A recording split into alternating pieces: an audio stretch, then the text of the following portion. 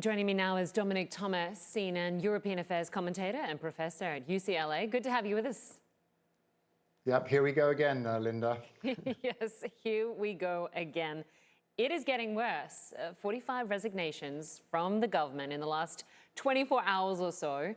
The government is hemorrhaging, and Boris Johnson seems to be hanging on by a thread.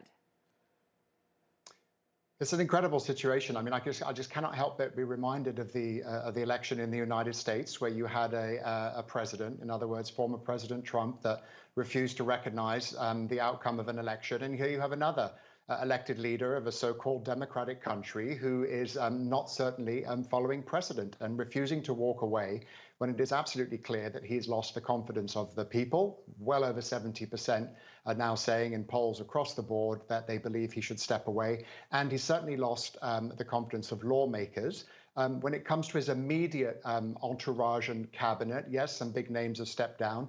They've told him it's time to go, but they themselves, in many cases, have not resigned. And so you see him here hanging on through the weekend, and we'll see where we end up Monday with this, Lynda. Exactly. And Dominic, one of those telling the Prime Minister to resign was, of course, the Senior Minister, Michael Gove.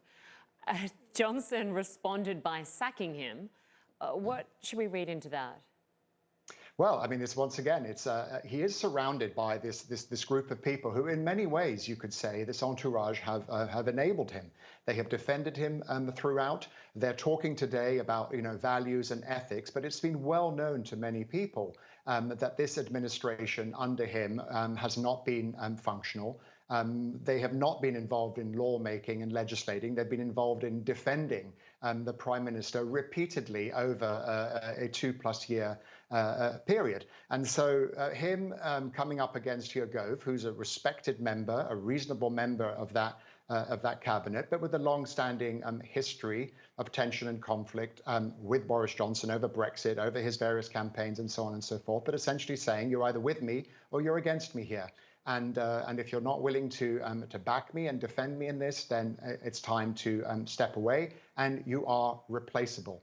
And thus far, he's been able to fill these high-ranking positions, but then the situation has disintegrated and deteriorated over the day, so that you now have a whole range of members of this supporting group, from junior ministers and so on and so forth, that are now stepping away. And I think it's becoming untenable for him to remain in power. And it seems likely, Dominic, that there will be another confidence vote. When do you think that could happen, if it does? And how do you see it playing out? Yeah, well, this whole situation, the fact that we're on a third Conservative Party Prime Minister, the fact that they have this majority, which means that they don't have to go back to the British people, that this is an internal issue, just points to the level of dysfunctionality within that party. And yet it translated into this incredible majority, because I think voters were so tired of the whole process of Brexit. So this 1922 committee, it's just essentially a committee of high-ranking Conservative Party members, are meeting on Monday. There's some reforms that have to take place in there, because they're changing the leadership structure.